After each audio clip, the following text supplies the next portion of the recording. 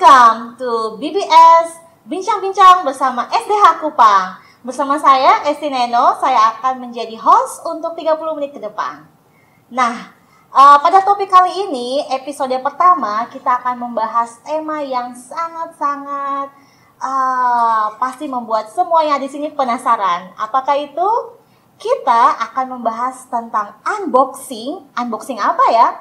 Unboxing Meaningful Learning at SDH Kupang. Nah, kalau mau unboxing berarti kita perlu mengundang narasumber yang terlibat langsung dan mengalami langsung pembelajaran bermakna di SDH Kupang. Nah, pada saat ini saya tidak sendirian, saya akan ditemani oleh perwakilan orang tua dan juga siswa SDH Kupang dari kelas 3. Langsung saja saya akan panggilkan Mams Narita dan Dio.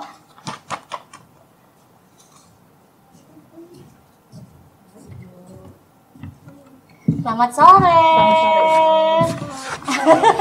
Halo Dio, apa kabar? Baik. Baik. Wah, tadi Dio gimana tadi? Pulang sekolah jam berapa tadi?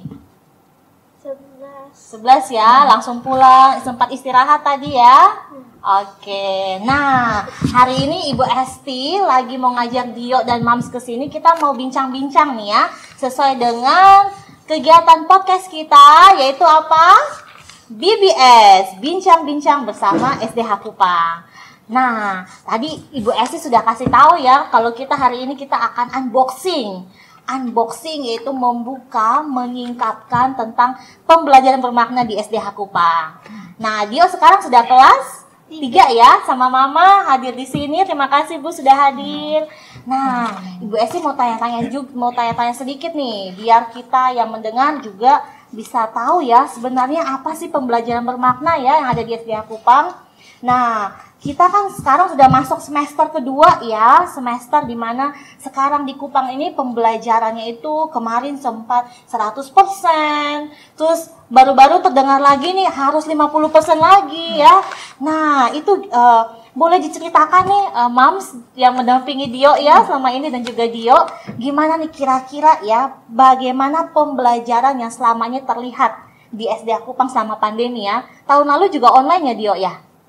Iya kan ya, dan sekarang juga ya Mams ya. Nah itu gimana coba ceritakan pengalamannya mulai dari yang full online, kemudian lanjut ke 50%, lanjut 100%, tiba-tiba mulai lagi 50%. Nah itu gimana? Apa yang sebenarnya bisa diceritakan bagaimana? Ya. Siapa nih Bu? Boleh deh, Mams ya dulu. Okay. Baik. Kalau online itu kami orang tua terbantu ya Bu, karena di SDH itu kan biasanya kalau sekolah-sekolah atau kita rapat-rapat meeting di kantor itu kan gunakan aplikasi Zoom. Tapi kalau di SDH itu ada aplikasi sendiri. Dulunya ada apa namanya Kak, kelas dojo ya. Dulu ada kelas dojo. Kemudian kami melihat komitmen SDH itu mengupgrade aplikasinya dari yang kelas dojo ke aplikasi Microsoft Teams. Jadi Microsoft Teams itu kelebihannya apa Kak di situ? Bisa telepon. Wow. Bisa telepon. Bapak, Ibu guru dan teman-teman juga bisa chat. Oh, bisa chat. Luar biasa ya. Terus bisa ada apa? Kegiatan chapel itu di siaran langsung dan ditonton oleh seluruh anak-anak SDH Kupang dari yang TK, ada SD-nya sendiri, ada SMP SMA-nya. Begitu Ibu. Kemudian dengan adanya 50% itu kan ada sistem ganjil genap kalau di SDH. Jadi Dio itu dapat yang ganjil ya, Kakak Dio dapat yang ganjil. Jadi teman-teman yang genapnya itu lewat rumah. Dionya ganjilnya masuk sekolah. Nanti minggu depannya lagi yang genap masuk sekolah, Dionya yang ganjil online dari rumah. Ini waktu 50% ya. Waktu 50%. Dan ini yang sekarang terjadi ya. Tapi setelah yang waktu 100% itu awalnya saya rasa kekhawatiran saya sebagai orang tua juga dikhawatirkan oleh seluruh orang tua.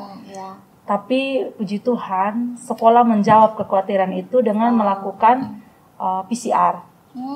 PCR kepada seluruh anak-anak, guru, karyawan. Kemudian setelah PCR itu ada vaksin. Lalu sosialisasi. Menurut saya sosialisasi itu hal yang sangat penting sekali. Bagaimana sekolah menjelaskan dasar hukum kenapa sampai 100% masuk, kemudian menjelaskan tantangannya apa. Salah satu tantangan yang saya ingat itu yang disampaikan oleh kepala sekolah bahwa bisa saja suatu saat kita kembali 50% atau kembali online 100%, dan itu tantangan itu terjadi dalam kurun waktu tidak terlalu lama. Kemudian setelah memberitahukan tantangan, kami dikuatkan dengan firman Tuhan dalam pemaparan sosialisasi itu bahwa Tuhan yang kita sembah itu Allah yang menyertai Immanuel, Allah yang Ebenezer, sampai di sini Tuhan menolong kita. Kemudian selain menguatkan dengan firman Tuhan, sekolah memaparkan apa-apa saja yang sekolah lakukan kalau 100%, dan bukan hanya sekedar memaparkan Ibu, tapi dipraktekkan. Dia mungkin bisa beritahukan Ibu dari waktu datang turun masuk sekolah itu dibuat apa Kak? Ukur suhu. Iya, itu gimana itu waktu ke sekolah waktu 100%? Dia takut tidak waktu itu? Sedikit. Tapi kemudian gimana? Biasa saja. Biasa karena ini ya protokol kesehatannya betul-betul ketat ya. Semuanya berarti semuanya PCR ya. Wah, berarti sekolah betul-betul tidak cuma membuka sekolah, tapi mereka mempersiapkan dengan sebaik mungkin ya. Gurunya di PCR, anak-anak PCR, staf PCR, dan wah itu merupakan persiapan yang luar biasa ya. Hebat. Terus kemudian tadi Dio sempat bilang ada teleponan, bisa telepon dengan teman, chat dengan teman, teleponan dengan guru, chapel juga bersama-sama. Berarti walaupun online tapi pembelajarannya berasa seperti tidak online ya? Seperti melihat yang lain, seperti tidak berasa online. Apakah seperti itu? Tidak. Gimana itu? Terasa seperti online kalau online. Tapi senang. Senang tidak? Senang. Menikmati tidak? Karena bisa chat ya, chat anak teman-teman, chat gurunya ya, dengan kegiatan walaupun online tapi kesempatan dia untuk berinteraksi, ngobrol dengan teman dan guru itu bisa ya? Bisa. Wah, berarti ini ya tetap Sekolah Dian Harapan Kupang memfasilitasi hal itu. Oke, baik. Terus ada lagi nggak sih yang mau diceritakan tentang bagaimana apa saja misalnya apa saja yang dipersiapkan sekolah, apa saja yang respon sekolah, baik itu guru, staf, kepala sekolah dalam membantu anak untuk biar tetap belajar dengan maksimal walaupun keadaan ini sedang dalam pandemi dan dalam keadaan yang tidak menentu. Iya. Mungkin saya ceritakan sedikit Bu ya. Selain menurut saya aplikasi yang disiapkan sekolah itu aplikasi yang berusaha yang terbaik buat anak-anak. Kemudian sekolah juga melihat bahwa membaca itu penting. Makanya anak-anak itu ada aplikasi untuk perpustakaan online. Itu namanya Epic. Wow. Jadi itu ada banyak buku. Anak-anak bisa baca manual, baca sendiri, atau ada pilihan untuk ketika klik bagian suaranya itu bisa dibacakan, bukunya dibacakan oleh aplikasi itu. Audio ya? Ya, audio, ya. Okay. Bahkan bukan hanya bahasa Indonesia, bahasa Inggris. Jadi anak-anak bukan hanya pintar bahasa Indonesia, tapi kemampuan bahasa Inggrisnya juga semakin lebih baik lagi. Iya, Ibu. Dia pernah pakai itu? Pernah. Wow, jadi hebat ya, maksudnya walaupun online, tapi kebiasaan untuk membaca itu tetap didukung oleh sekolah ya lewat layanan perpustakaan online. Wah, itu suatu meaningful learning ya dari SDA Kupang. Oke, ada lagi Bu yang mau diceritakan? Boleh, silakan diminum ya, tidak usah ini ya, tidak usah kaku. Silakan ya.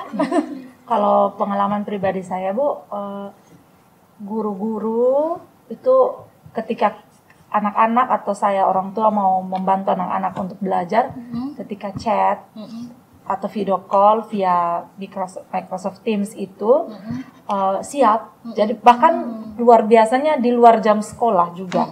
Jadi benar-benar guru-guru itu memperhatikan anak-anak dalam pembelajarannya itu peningkatannya seperti apa mengerti atau tidak. Kemudian ada pengambilan handout Ibu.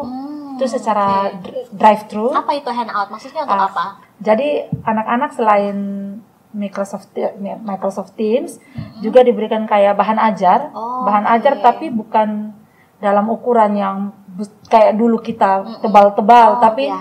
dari sekian banyak pembelajaran itu guru-guru sudah ringkas supaya lebih mudah dimengerti oleh anak-anak, nanti diperbanyak, terus dibagikan ke anak-anak. Tapi itu dibagikan karena pandemi ya Bu ya, pakai sistem drive-thru. Wow, jadi keren ya tidak perlu turun. Kayak lagi di McD gitu, Ya. drive-thrunya hand out ya. Ya. Wah, luar biasa.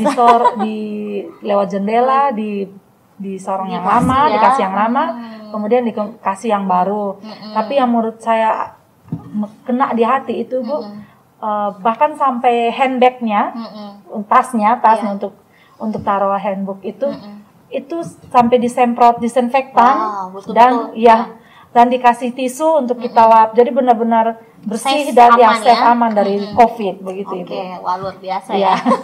Terus Bu, itu setelah dikasih hand out kayak gitu, gimana? Maksudnya anak-anak juga tidak tahu cara mengerjakan. Apakah ada dukungan dari sekolah untuk membantu orang tua untuk gini loh cara ngisi hand out kayak gini? Iya. Apakah ada?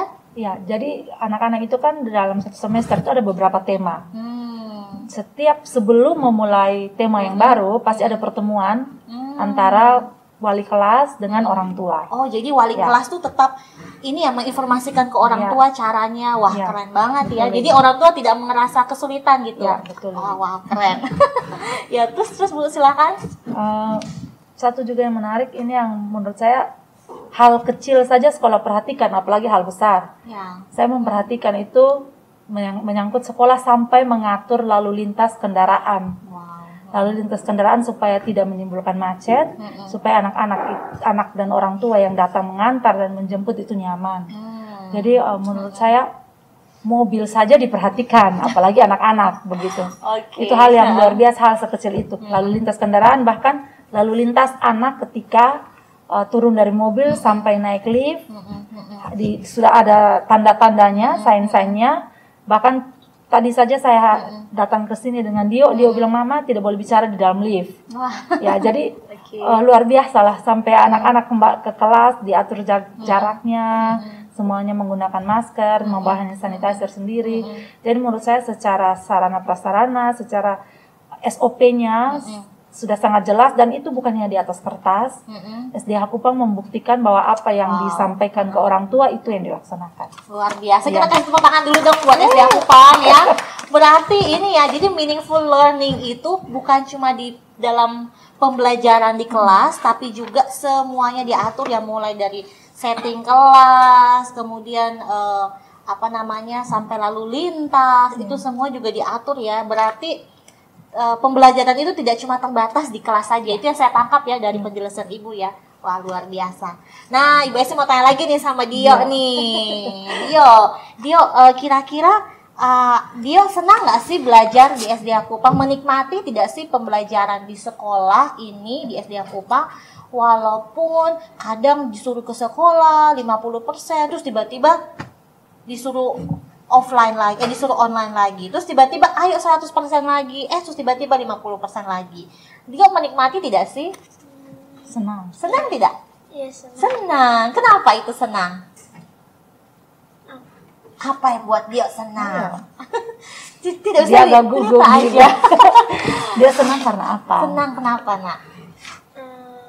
Karena kalau online menggunakan aplikasi Microsoft Teams. Jadi dia merasa terbantu gitu ya. Ya, dan juga bisa Guru-gurunya gimana? Guru-gurunya asik? ya, Asik. Tugas-tugasnya susah tidak? Banyak tidak? ada yang susah, ada yang tidak. Ada yang tidak, ada yang susah, ada yang tidak. Tapi kemudian dia dibantu tidak untuk mengerjakan itu? Gurunya bantu tidak? Iya. Wow, berarti dia tidak kesulitan ya walaupun online ya? Iya, wah terima kasih dia sudah cerita nih.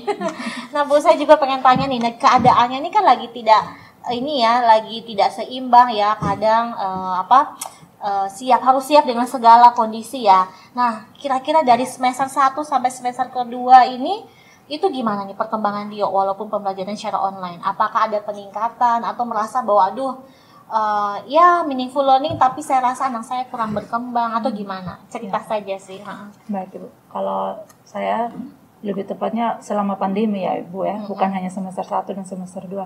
Saya melihat bahwa dia menjadi lebih mandiri. Anak saya menjadi lebih mandiri karena dia sudah tahu bahwa ini jam masuk sekolah. Walaupun online ya Bu, kan saya ke kantor, bapaknya ke kantor, jadi dia hanya tinggal sama yang jaga. Tapi dia bisa memanage dirinya untuk bisa jam sekian sekolah sinkronus, kan ada sinkronus sama ansinkronus. Kalau sinkronus itu anak-anak bisa bertemu secara video call lewat aplikasi itu dengan Bapak Ibu guru dan teman-temannya untuk devosi dan untuk mendengarkan pelajaran. Kemudian waktu dia tahu jamnya asinkronus, dia memutar video yang sudah dibuat, video pembelajaran yang sudah dibuat oleh Bapak Ibu guru, kemudian mengerjakan aktivitas-aktivitas yang ada di handout. Sebentar Bu, berarti sinkronus itu dia belajar bersama dengan yang lain secara bersama-sama online, lalu asinkronus itu mandiri. Iya. Oke, ya belajar saya mandiri. ngerti. Ya. Belajar mandiri itu dia walaupun saya pulang sudah selesai, karena dia sudah mengerjakan aktivitas, dia sudah nonton video yang dibuat oleh Bapak Ibu gurunya. Kemudian nanti ada jam sinkronus lagi. Jadi apa yang sudah dikerjakan itu dibahas bersama-sama di sinkronus itu Ibu. Jadi dia mandiri dan disiplin. Kalau menurut saya disiplin. Jadi misalnya kayak seperti tadi Ibu, kita naik lift, dia sudah tahu tata cara naik liftnya seperti apa. Kemudian kalau misalnya kami orang tua lupa masih sempat buka masker, dia itu bisa standby maskernya pakai berjam-jam begitu Ibu. Karena dia belum mama harus pakai masker, dia yang ingatkan. Jadi perkembangannya kalau secara karakter ya Ibu ya, karena kan saya menyekolahkan dia di sini bukan hanya ilmu itu nomor 2. Yang utama itu memiliki karakter yang seperti Kristus lah, seperti yang Kristus inginkan. Seperti visi sekolah visi sekolah. Okay.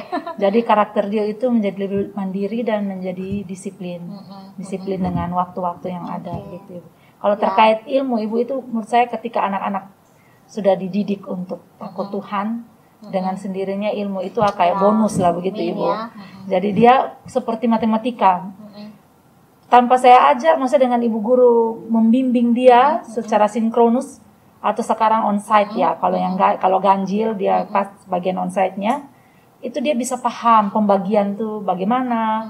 Kemudian perkalian ya Kak, perkalian bersusun, itu dia bisa. Jadi maksudnya luar biasa lah. Oke, wow, berarti yang saya tangkap jadi dalam pembelajaran ini Dio itu berkembangnya bukan cuma dalam pengetahuan tapi karakternya ya, kemandirian, kedisiplinan. Jadi pembelajaran walaupun pada masa pandemik ini ada hal baik yang diperoleh ya lewat sistem yang sekolah sedang terapkan saat ini. Oke, terima kasih banyak untuk ceritanya. Nah, sebelum kita akan menuju kepada iklan setelah ini. Nah, Ibu Esti mau mungkin Mams Dio atau Dio sendiri boleh sampaikan saran kepada orang-orang yang sedang mendengarkan podcast hari ini tentang kenapa sih kita harus bersekolah di SDH Kupang. Nah, apa yang membuat orang tua di sana atau anak-anak di luar sana, ayo sekolah dong di sini. Nah, boleh silakan. Dio. Kalau mau ada punya teman ajak sekolah di sini, tapi dia mau bilang apa? Enak sekolah di sini. Oke, kasih tahu lah teman-teman. Enak sekolah di sini. Ya. Kalau mungkin saya ya Bu ya, dia pertama kali Ibu. Jadi tidak apa-apa. Baik, mungkin yang ingin saya sampaikan bahwa kekhawatiran semua orang tua, apalagi di pandemi COVID ini, apakah anak saya aman ketika bersekolah? Apakah anak saya kalau sudah sekolah secara online, dia tetap bisa memperoleh pengetahuan atau tidak? Itu dua hal yang selalu menjadi kekhawatiran semua orang tua. Tapi saya ini pendapat pribadi saya, bukan maksud mau mengajak atau melebih-lebihkan. Tapi ini pengalaman saya setelah dia 3 tahun. 3 tahun di SDA Kupang, 1 tahunnya itu belum pandemi, jadi dia bisa sekolah seperti biasa. Tapi 2 tahun, bahkan mungkin mau tahun yang ketiga, ini dia merasakan pandemi COVID, jadi bisa sekolah online dan onsite. Jangan khawatir. Pesan saya jangan khawatir. Ketika bersekolah di SDA Kupang, ini adalah tempat yang tepat pada saat pandemi maupun tidak. Karena saya bisa melihat perubahan yang luar biasa. Contohnya waktu dapat surat dari, kan kebetulan saya juga komite, kami di-share oleh guru, surat dari dinas, itu per tanggal 9 itu anak-anak harus online besok. Saya bisa membayangkan betapa profesionalnya sekolah ini. Dalam kurun waktu beberapa jam sudah harus mempersiapkan jadwal dan segala sesuatu agar besok anak-anak itu bisa PTMT 50%. Jadi jangan khawatir. Pertama doakan, saya percaya Tuhan akan tuntun, dan jangan khawatir.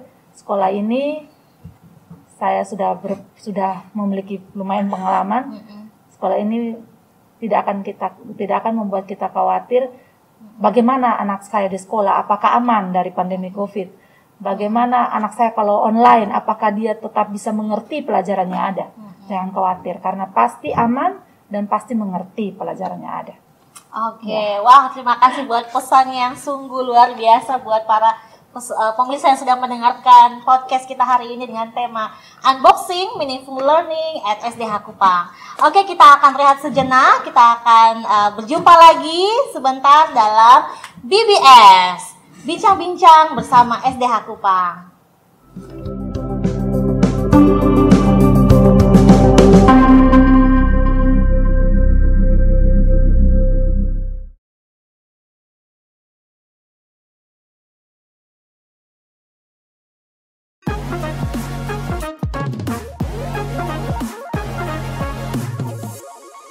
Welcome to BBS, Bincang-Bincang bersama SDH Kupang. Dengan saya, Esti Neno, yang akan memandu kegiatan ini dengan tema Unboxing Meaningful Learning at SDH Kupang. Nah, tadi kita baru saja mendengarkan cerita dari perwakilan orang tua bersama Mams Narita dan juga Dio, salah satu siswa di kelas 3 SDH Kupang. Nah, kali ini biar tidak kalah serunya, saya akan kembali mengundang bintang tamu kita yang akan membahas dari lebih detail lagi tentang apa sih meaningful learning yang terjadi di SDH Kupang. Nah, kita langsung saja panggilkan Ibu Rosiana Benita selaku CCTT atau Curriculum Coordinator and Teacher Trainer di Junior School SDH Kupang. Silakan.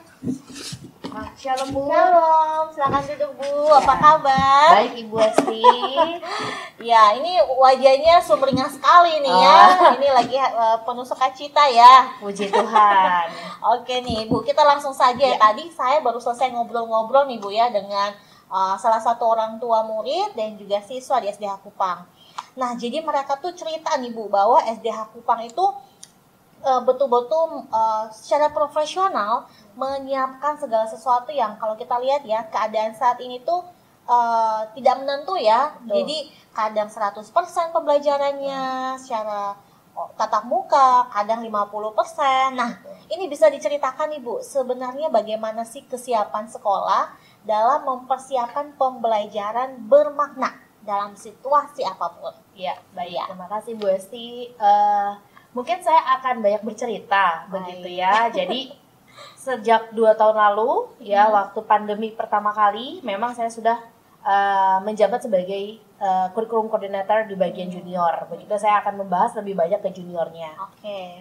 Nah, saya ingat sekali pertama kali kita pandemi ya, itu kita lagi libur tengah semester ya. Betul.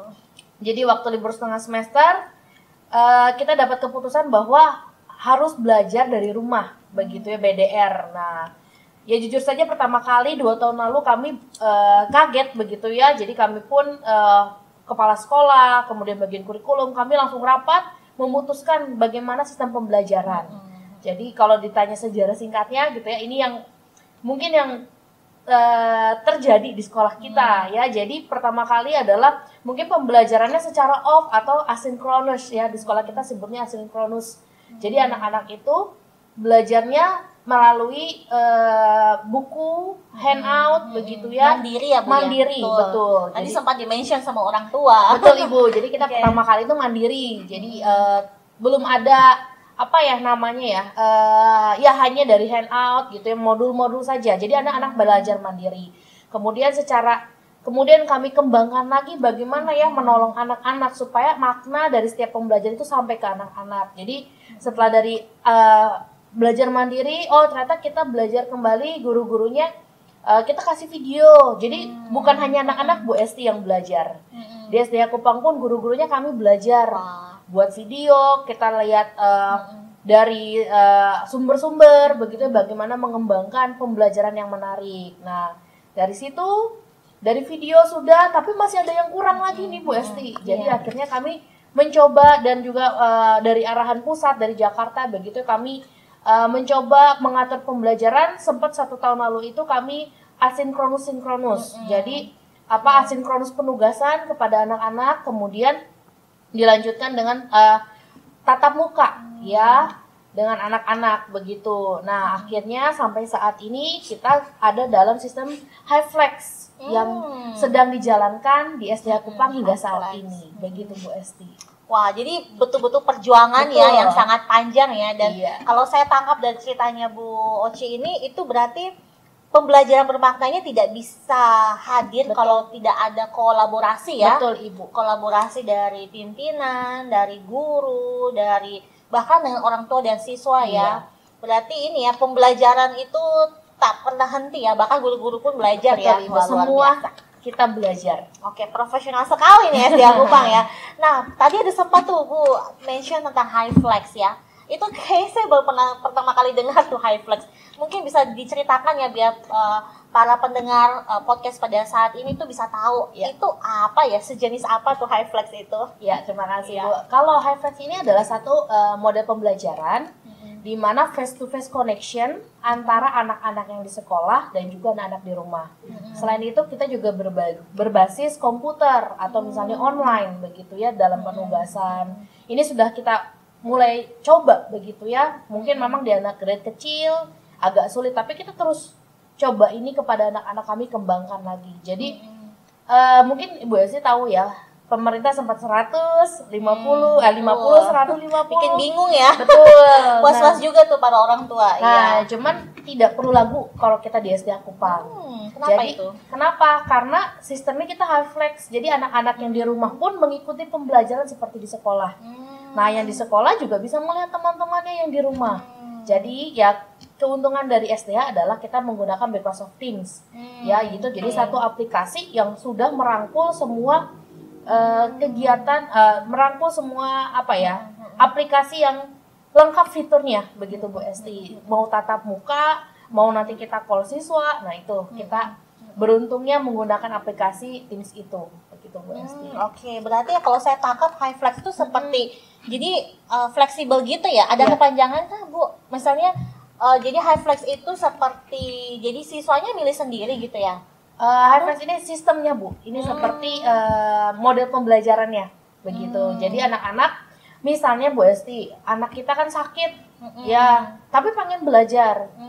Nah sulit kan, masa dia nggak ikut belajar padahal dia ada niat untuk belajar. Nah anak-anak bisa mengikuti pembelajaran secara HiFlex. Jadi anak-anaknya kalau ketika sakit mereka di rumah tetap belajar, gurunya pun di kelas tetap belajar bersama anak-anak yang di kelas. Jadi anak-anak pun di rumah mengikuti dan juga di rumah mengikuti. Tapi di sini Bu Esti bukan hanya melihat ya pembelajaran, tapi di sini pun ada relasi wali kelas juga dengan anak-anak yang di rumah pun ketika presentasi di rumah pun bisa presentasi. Jadi sama kesempatannya, hanya beda tempat begitu Bu Esti. Wah, berarti keren ya, seperti sistem anak kuliahan ya. Iya, seperti waktu saya tuh sempat di luar negeri juga seperti itu ya. Wah, berarti SDA Kupang internasional banget ya.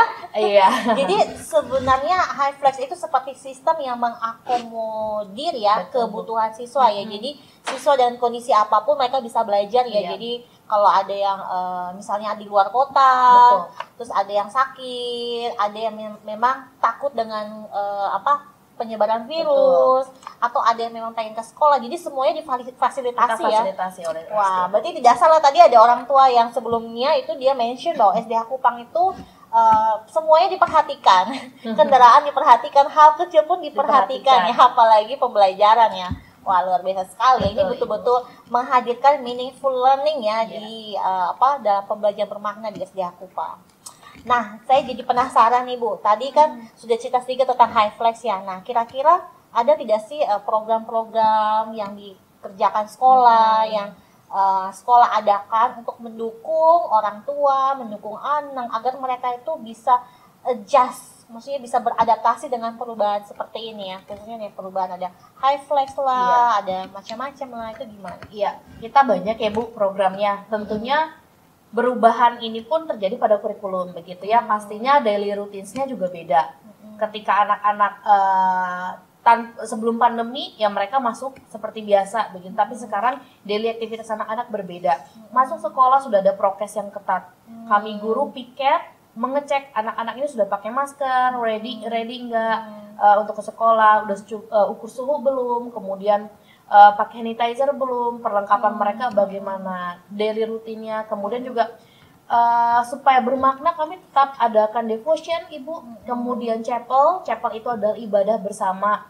Nah mungkin ini sulit ya, berpikir wah nanti berkumpul begitu ya, bagaimana, kita tetap menggunakan sistemnya sendiri ya Ibu ya. Jadi ketika chapel kita tetap di ruangan anak masing-masing, nanti gurunya yang mengatur dengan broadcast, kemudian juga pembelajaran sendiri ya Bu, high flex-nya. Jadi anak-anak ketika pembelajaran mungkin dia lupa sedang ada belajar gitu ya, kita anak-anak namanya apalagi kelas kecil gitu ya Bu ya. Dengan adanya high flex ini mudahnya menggunakan Teams yang tadi saya sebutkan adalah kami guru bisa meng-calling anak. Bedanya dengan platform lain. Jadi ketika sudah jam 7:30, guru calling absensi seperti biasa, kita bisa calling mereka. Jadi mereka pun teringat, oh ya remain ternyata sekolah gitu ya Bu ya. Kemudian juga perbedaannya adalah kita tetap belajar ada pengayaan atau after school. Itu juga satu program yang masih kami lakukan. Jadi memang terbatas di sekolah, misalnya diperbolehkan dari dinas 3 jam. Tapi setelah itu kami bisa lakukan secara sinkronus tapi dari rumah. Jadi kita face to face begitu Ibu. Kemudian program lainnya ada lagi, boleh saya sebutkan? Silahkan. Kami ada elektif Bu Esti. Wow, elektif itu apa maksudnya? Elektif itu ekstrakurikuler. Oh, ekstrakurikuler. Betul. Oke. Jadi di SDH Kupang kami tetap jalankan ekstrakurikuler tapi dengan pembatasan tertentu. Itu online tuh gimana tuh? Iya, kami adakan secara online. Jadi keren ya. dari rumah masing-masing, tapi gurunya pun yang memiliki bakat dan talenta itu juga mengajarnya masing-masing. Kalau boleh tahu elektifnya apa aja sih Bu, biar yang tertarik nih ya, ternyata SDA Kupang punya macam-macam keterampilan yang diasah ya. Iya, kami kalau di SD ada 11 Ibu. Wow, banyak ya Bu. Ada math club. Jadi math club belajar matematika, kemudian juga science, biasanya eksperimen, cooking. Anak-anak yang suka masak kami fasilitasi dengan cara memasak. Kemudian ada Korean club. Nah, ini yang sedang digaung-gaungkan anak-anak muda nih ya Bu. Yang suka K-pop, pasti mereka suka ya. Suka. Kami itu ada, kemudian musik, gitar, kemudian dokter cilik, karena kita juga punya suster. Dia juga berkemampuan untuk mengajar, dia mau berbagi dengan dokter cilik begitu ya. Seperti itu ya Bu, singing, terlepas talenta anak-anak juga. Dan mereka anak-anak bisa pilih nih Bu, apa yang mereka ingin kembangkan dalam elektif tersebut. Cukup lengkap ya. Ya. Oke, terus ada apa lagi? Ya. Nah, ada elektif, kemudian juga kita field trip Bu Esti. Online juga field tripnya? Online. Wah, super. Nah, jadi kalau field trip ini dalam pembelajaran supaya lebih bermakna, mereka bisa lihat ke konteks dalam kehidupan nyata ya. Nah, salah satunya field trip, betul, ya? Kontekstual. Field trip anak-anak. Nah, field trip ini biasanya kami mengundang pembicara atau pembicaranya langsung berhubungan dengan anak-anak. Jadi kami sebagai guru, sebagai penghubung begitu ya dengan anak-anak. Jadi field tripnya tetap berjalan. Contohnya kemarin kami field trip tentang ASEAN. Gurunya yang datang ke lokasi Ibu di daerah Camplong, kalau tidak saya lah ya. Oke. Guru-gurunya menunjukkan, jadi kayak apa namanya, kayak guide vlog begitu ya. Ya, gurunya yang menunjukkan ini loh anak-anak begitu ya, walaupun memang terbatas.